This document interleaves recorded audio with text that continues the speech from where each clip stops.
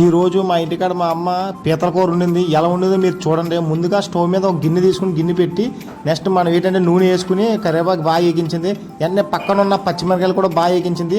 పక్కన చూసారు రెడీగా పీతలు ఉన్నాయి. ఇవి వచ్చేసి సముద్రం పీతలు. ఈ పీతలు కూడా నూనెలో బాగా వేగించి ఉందన్నమాట. మసాలా పెట్టి నూనెలో బాగా వేగించి ఉంది. ఇప్పుడు పీతలు కూడా ఎలా అయితే తయారు చేస్తున్నా ఇప్పుడు మా అమ్మ మీ ఉందని మీరు చూడండి. ముందుగా గట్టి తీసుకుని దాన్ని అలాగా ఈ ఆపాలన్నమాట. వేపితే బాగా కరివేపాకు పచ్చిమిరకాయలు బాగా నూనెలో కలుతుంది. కలిసిన తర్వాత నెక్స్ట్ మనకి ఉల్లిపాయలు కూడా మనం వేసుకుంటాం అనమాట. ఇందులోనే ఉల్లిపాయలు వేసింది మా అమ్మ. ఉల్లిపాయలు వేసి బాగా కలపాలి. బాగా ఏగిన చేపు మనం కలుపుతూనే ఉండాలన్నమాట. ఆకుకూడదు ఆగేవంటే మళ్ళీ మాడిపోతాయి అనమాట. అలా కలుపుతూనే ఉండాలి.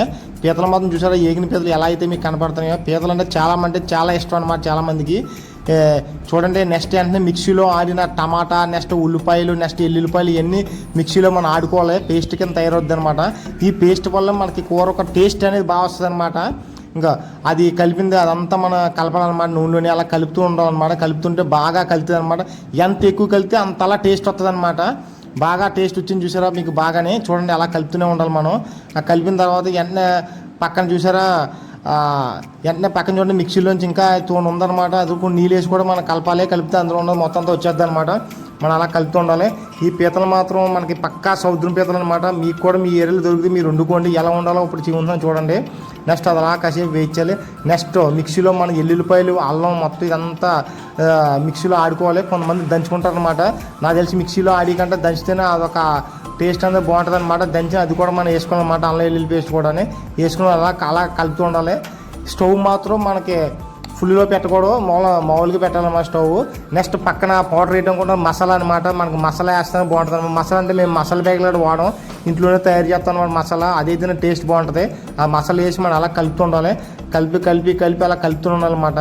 నెక్స్ట్ తగినంత ఉప్పు వేసుకోవాలి, తగినంత కారం వేసుకోవాలి, నెక్స్ట్ తగినంత పసుపు కూడా వేసుకోవాలి. ఇప్పుడు మీరు అనుకోవచ్చు ఇది ఇంకా వేయలేదు అనుకోవచ్చు, కానీ ఇప్పుడు వేస్తే చూడండి మా అమ్మ అదిగో తగినంత కారం కూడా వేస్తుంది.